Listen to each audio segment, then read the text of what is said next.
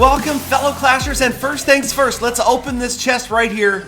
Some of you may know already, but yes, global launch has been announced for both iOS and Android, showing some Android love. March 2016, the exact date yet to be announced, but it's coming, you guys, so get ready for some Clash Royale. If you haven't hit that subscribe button already, make sure you do for a massive gemming series. Let's play high-level strategy, beginner's strategy, and more. And we will get started with a little and more right here. I am facing a level 10 D-Russ, and we're going to have to deal with a stack attack right here. And that is a strategy where an attacker will stagger the drop of troops as they move forward, trying to get a big group stacked on top of each other, and here they come.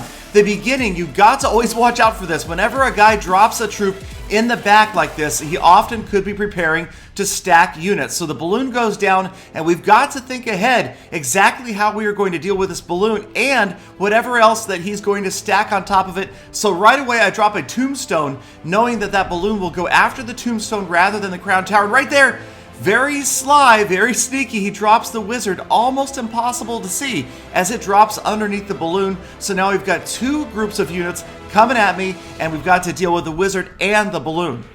But of course, he's not done. Get ready for it. As they move in, he is going to drop a Hog Rider, and that's a very dangerous combination. You've got two units that target buildings specifically. So I'm pretty limited in what I can do here. The Golem's not ready and wouldn't be the right choice because it would starve me for elixir and would not do anything to slow down the balloon and the Hog Rider. So I've got to go with the minions to try to target the balloon and the Hog Rider, and then I'm going to drop some archers off to the left to try to get that balloon down, and we just barely get it down before it gets a full shot in on our tower, and we can eventually get the wizard down. It does cost me a group of spear goblins, but the wizard only gets one shot on the tower before he falls, and now we're dealing with the witch skeleton army. That is going to take her out, and we're pretty much reset.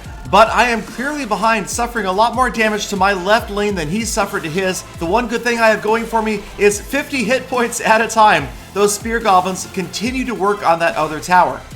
And now we're in trouble. He drops the big old Pekka, the full-size Pekka in the back corner. And so he's definitely working on stacking some more units. But at 8 elixir, that's really starved him for a while. I dropped the tombstone down to try to distract. Now I'm going to set the goblin hut down just to start to chip away. And the lightning spell takes out my tombstone, but does leave me with skeletons that will help grind that Pekka down slowly but surely. And now he's going to stack a wizard in with his Pekka. That's going to make things a little tougher because my minions are just going to get annihilated. Oops is right. They go down, the spear goblins are going to go down, but in the meantime, we've slowed that Pekka down just enough that it does not get a single shot on my tower. And right here, that wizard probably could have finished off my tower, but the golem goes down. And here is my golden opportunity. This is my golem push. You've got to wait for an opportune moment where you are ahead in elixir, and this is it. I've got spear goblins in behind the golem. The golem picks up pretty much any defensive unit, and the spear goblins can just annihilate everything that's in its way. And there you go. Soon enough, we're clear. As soon as I get the witch down, there we go. I've got a massive group behind that golem, and that tower absolutely melts for the first crown. And look at the group that's moving forward. The lightning spell only takes out a few units. This is a major push. The wizard is going to be too little too late. Between the golems, the spear goblins, and another golem goes down. There is pretty much no way. He's just been overrun. I'm going to ignore that Hog Rider completely because one tower is insignificant when you're going for a 3 crown win. And there it is, the golem and a massive number of troops in behind take the 3rd crown, and that's what you see so often with the golem strategy, is the ability to rush the king's tower and grab all 3 crowns. For our next replay, we've got Golem on Golem Action. That is right, both of us have golems, and both of us have them queued up first to begin this attack, and sure enough, now this is a different way of using your golems. Rather than waiting for that opportune moment, just rush.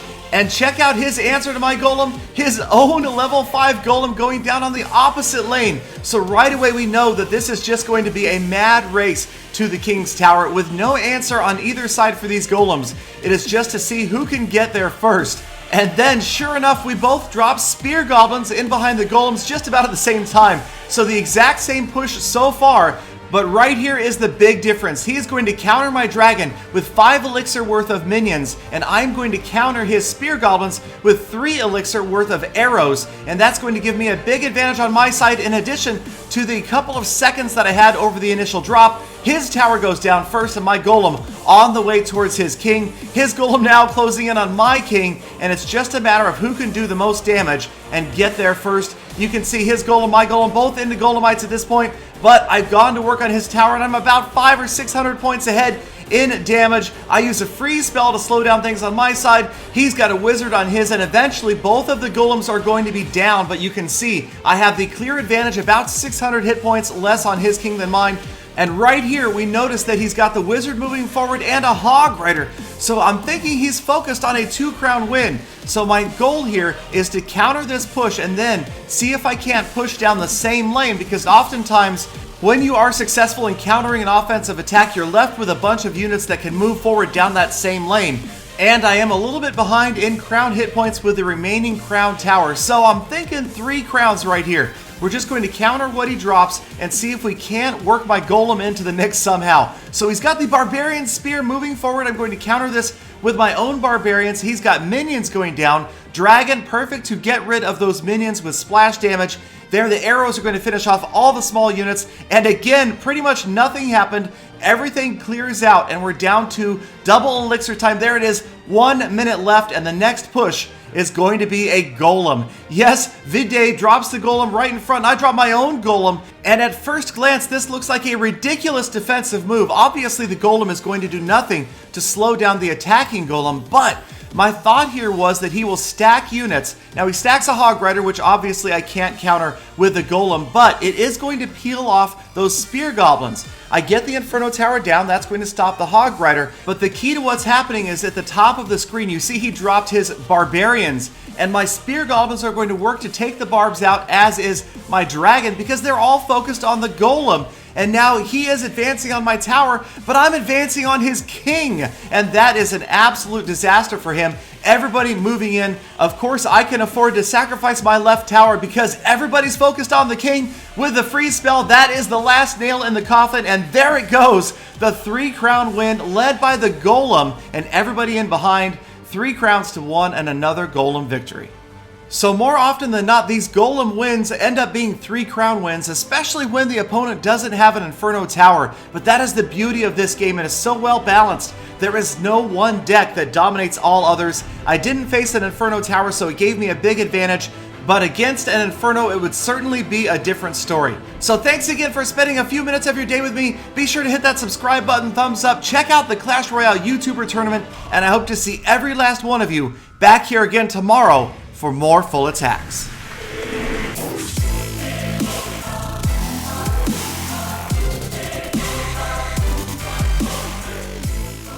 Galadon, bring your Golem. You've got no chance.